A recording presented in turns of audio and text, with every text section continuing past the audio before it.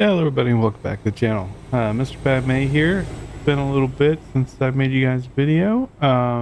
It took me a little while to put this one together. But today I wanted to walk you guys through uh, my own personal recommendations of, well, kind of the top best free mods out there. So none of these mods will cost you a single dollar. There's 30 plus of these mods.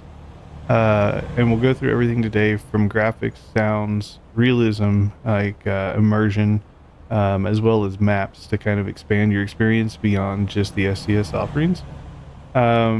So if you like how my game looks, visually, you like how it sounds, or you appreciate extra places to drive, I did not put Mexico in here, and mainly because while it's visually appealing, it's more like Europe than America, in my opinion. There's a lot of toll booths. The lanes are tighter, toll booths everywhere. The views are nice, but the driving experience is kind of subpar. There is Mexico available through Reforma on Truckee Mods, if you so desire. But that's not my preference or recommended map, so I've left it out. I do have things in here. We'll go through the mod list in just a moment, but you'll see there's a whole bunch of extra cities up here in Colorado. Arizona's got extra cities. Nevada's got extra cities. California has some. I've kind of taken most of that stuff out. Again, mainly because California is not an enjoyable place to drive when the speed limit's 55. But you'll see Idaho is enhanced, Colorado's enhanced, Washington's enhanced. So all kinds of enjoyable little spots, very scenic spots, I might add, to go drive through. And then, yeah, just how everything looks and sounds. We've got realistic ads in here. You can see over there, there's Ryder, there's Castrol. We'll see things in this game like Walmart and Target. I don't have any around me at the moment. But as you're driving, you'll see, legitimate companies on both billboards and trailers, cars, all that good stuff, as you may have seen on one of my streams. And then there's the engine sound. And so if you like your trucks sounding like real trucks, this might be the list for you. So anyways, I just wanted to run through what all it takes to make your game look and sound and feel exactly like what you're seeing right now on screen. To get this truck to stop here, and then I'll take you guys through it. We don't crash into that Smurf semi. Let's pull over here on the beach. So yeah, if this looks good to you guys, let's jump into what the mod list looks like. And I will provide a link or a document that has a whole bunch of links to all of these mods. The truck you're seeing here is actually on the Steam Workshop. As of today in 1.57, the truck does not work. But as you just saw, you're like, wait, you were just driving it. That's correct. I am on 1.57. I've fixed this mod just to work in the current version of the game. This fix is not on Steam Workshop, so if you guys are interested, stop by the Discord. Let me know you're interested in the General's T680. This is a build by Harvin, so I take no credit. All I've done is make it work in today's game. That said, let's go through the list. So first off, as a priority here, is the sound fix pack. And this has, I don't know, about 10,000 different fixes in it. Everything from the sound of you filling up your truck, your guy buckling a seatbelt, the horns, the sirens from the various like ambulances and fire trucks and police cars and whatnot. All of those have been adjusted with this sound fix pack. It's on the Steam Workshop. I highly recommend this if you're into the environmental sounds. Soundproofing.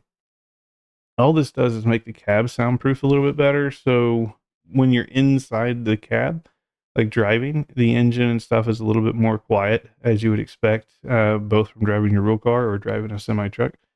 The Morgan Freeman GPS pack, if you like a little bit of comedy, this gives you the granny voice.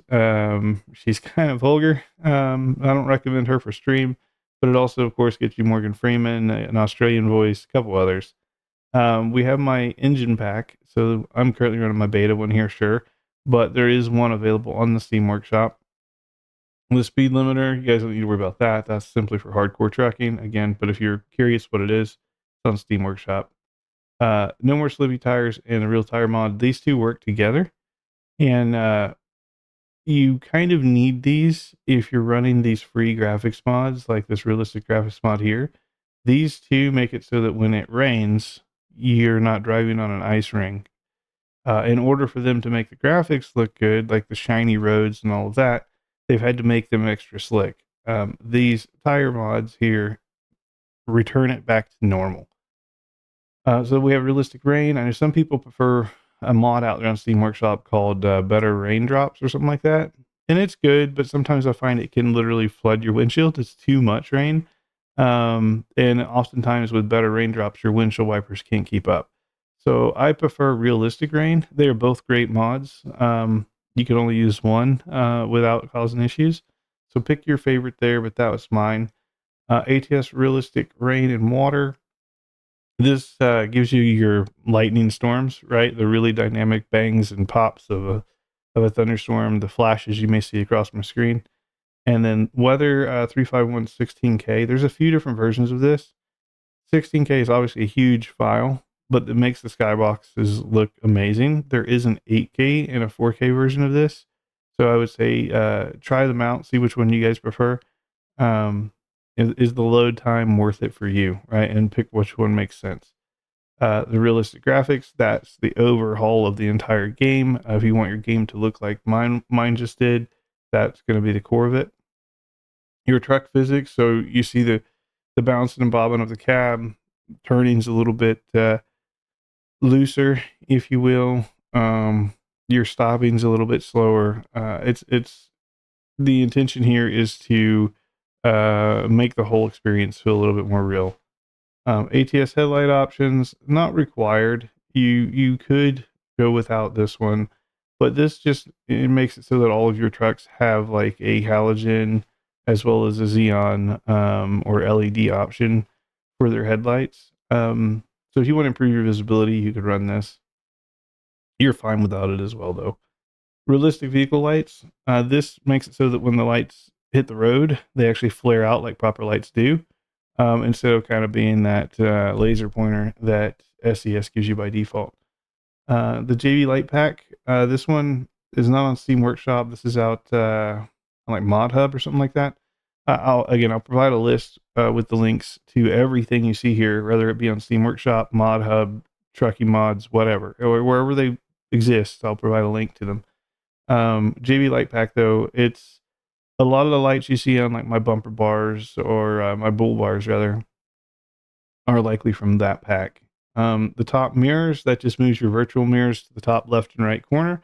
Ensures just gets them out of your way. You know, virtual mirrors are great, but the default ones are very, very intrusive on the screen. So this helps make them less intrusive. Way stations. So if you're brand new to the game, probably don't run this one.